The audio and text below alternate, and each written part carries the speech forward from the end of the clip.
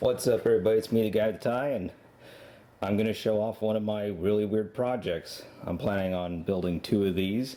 I used to have two of these when I was much younger, when everybody was a welder and blah, blah, blah. Yeah, those days are gone. All the people who love to do little projects, they're kind of all gone. So I want to talk about, we're going to make it's not a go-kart, but it's an RC car. I wish I could sit in this thing. I really do. It'd been fun. But it's going to become an RC car looking like an old hardtop racer. If you want to know what I'm talking about, Bakersfield hardtop racers. You'll get your information from there. All right, so to discuss what we're doing with the body real quick, I'll be posting photos on eBay, or I mean not eBay, Facebook as we go along. So we're going to cut the hood right here all the way down. The whole thing will be removed. And then I'm going to cut it here, and all we're going to have is the hood. And it will bolt like right here to the front of the chassis, and it will have a hinge here so it can be lifted up, put down, blah, blah, blah. Exciting stuff. In the back, where this piece of steel, yeah, you can see it, this piece of steel meets, we're going to cut it like this and take this whole fender off so it can fit the much bigger wheel. This, we'll see what we need to cut here. I will need to cut this piece of metal right here, and same channel here for the tubing frame. Here are some parts. We got a petcock here. We're probably not going to use that. We're not going to use the filter. The gas should be clean. The tank's brand new, blah, blah, blah. Here's the on and off switch, so you'll have to do it manually. Hey, I grew up in the 80s and 90s. Stuff was an adventure. Some metal. This is the, this goes to the spark plug. It's the magneto.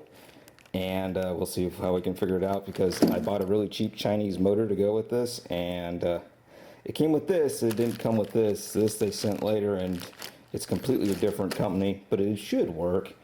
A good 420 chain. So yeah, that's the cutting we're gonna do. So the wheelbarrow on the ground, you can pick these up at Ace or on Menards for $14. So this is gonna become our roof. We're gonna cut it down, chic, chic, and chic, chic, and shriek. It's going to be 6.5 inches tall, because that's how tall it is in the back. We're going to keep it all even. And yeah, we're going to cut it down to be about 20 inches, starting right here from where our cut is of the hood, and going to here. And then, what's not pictured, because we're really scrubbing it down now, is we're going to get a barbecue. You know, the old-fashioned barbecues for charcoal. We've got a spare lid that we found at a second chance for $1, and we're going to cut it so it slots into here, so it just goes shoop, like this, you know, like the butt end of those early to late 40s cars. And we know what we're doing because we're copying it off of a late 40s car. There's the hood of it over there and some other junk. And yeah, so we're going to just shook it down so it all looks really good. So the body, so there'll be 2 bolts here as well holding the body down, and we're going to have the metal tubing come out here, like right about here, whoop, whoop, and that will bolt into the body as well, and also come out enough to protect the back wheels. I'm going to try to copy what they do with the Bakersfield cars, so the front bumper is just going to go like this. I might even cut this out and use it as a front bumper, but I'm thinking a tube piece of steel would be stronger, just in case I do end up racing with this thing. Ha ha ha. Don't know why I'm losing my breath. I must be losing my mind. Alright, so that's with the body. So let's go over here and show some of the steel. I have a bunch of those bodies because when I used to restore pedal cars, that would be the car I'd buy to get donor parts off of, pretty much. And therefore I got the car pretty much for free when the people paid for, you know, all the work. So here we have some tubular steel. Actually some really nice stuff. So this is 1 inch by 72. This will be the motor bracket, pretty much. We'll just call it that. And here's some nice non-galvanized, but from Guatemala, steel. And this is 3/4 by 6 foot. And you know, there's plenty there. I have some galvanized. I have some bike as well. Galvanized is safe as long as you weld it outside and wear a mask. You know, so don't be, you know, don't do it indoors. It is toxic. And some parts, we got some washers, bolts, extra brake pedal pads, or whatever they're called, brake handles, there we go. But this one came with our motor. So what we got here is an 80cc. This is the biggest fly ever. We've tested it. It's about 60cc or 66. Got the common Chinese carburetor. The clutch is very stiff. Everything on these Chinese ones are very stiff. You have to break them in before you even start them. You have to, and put some aerial lube in there and some WD-80. Better than twice as good as 40. Remember that, kids. We tested these as well. They're now down at a proper thing. So this motor, just to tell the funny story, in China, they get, I guess, an abundance of these that don't sell for whatever reason. And they sell them for $20 on eBay in a big lot of 20. And the shipping is $20. And everyone goes, how on earth do they do that? For starters, a $100 one sells on Amazon with free shipping, and I don't know how they do that either, since this weighs, 17 pounds in total after the box and all the parts and et cetera, et cetera. I don't know how they do it, but I think what they do is they put it on a shipping container and it just comes over here and meanders, until it finally makes it to its final destination. Yeah, that's how they do it in China. That's how you can't compete with the Chinese. Oh, well, the motor's okay. It's just everything is so tight. I mean, this thing was like zipped together and then they shipped it out. I would have rather gotten it in all of its pieces and put it together. The motors are cantankerous, if that's a proper word to use for it. You need to constantly be playing with them before you have fun with it.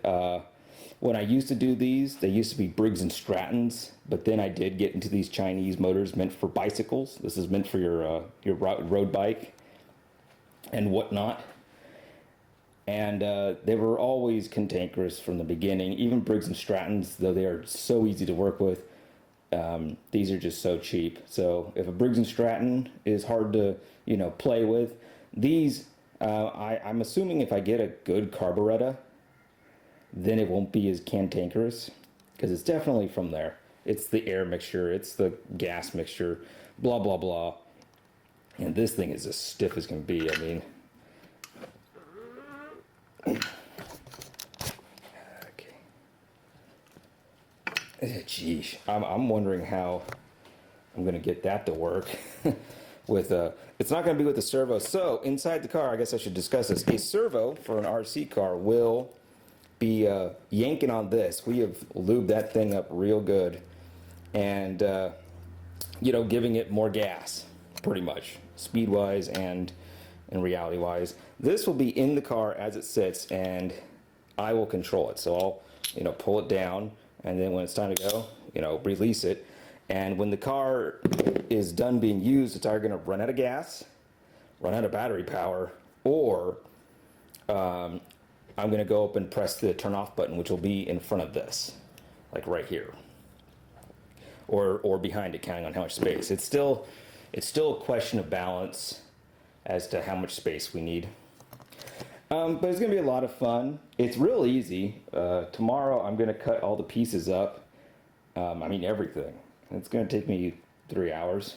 This is the easy stuff. Just measure, cut, and then put it on the grinder a little bit so it has a little bit of a contour in it, so it welds easier to the other pieces of tube. I have learned my lesson. I should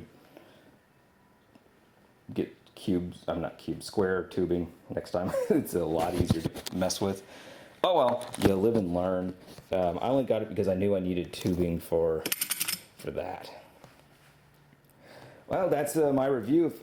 I do have a question for all the RC guys or anybody actually. The what do you call it? The front steering is going to be a go-kart front steering. This car, I believe in total, I added it up, is going to weigh like 65 pounds.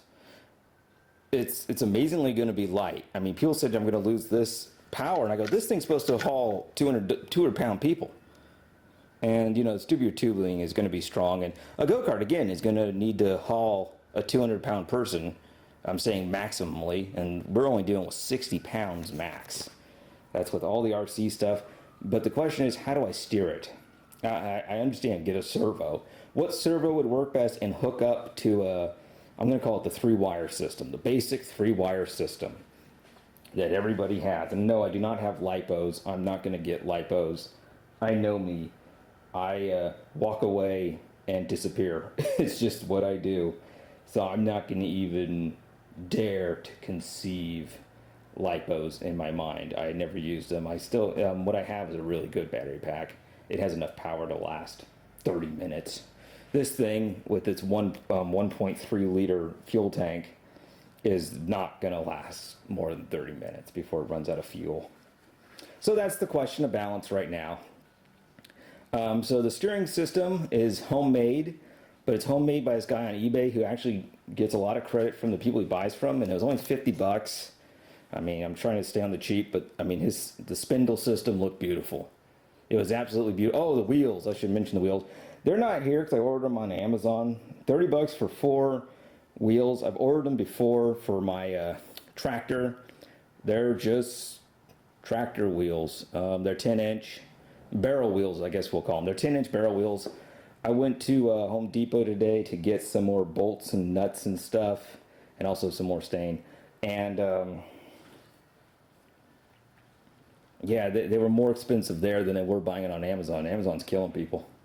Oh well, so yeah, if anybody has an idea, my thought process was people told me 12-volt windshield wiper motor, but trying to hook it up to the 3 system, especially when there's not 12 volts going through, is going to be interesting. I know there's 6 volts for Jeeps because everybody, yeah. I probably have some 6-volt sticks sitting around because we restore older cars. Oh well, so this will be fun. So God bless, take care, and I'll catch you all next time.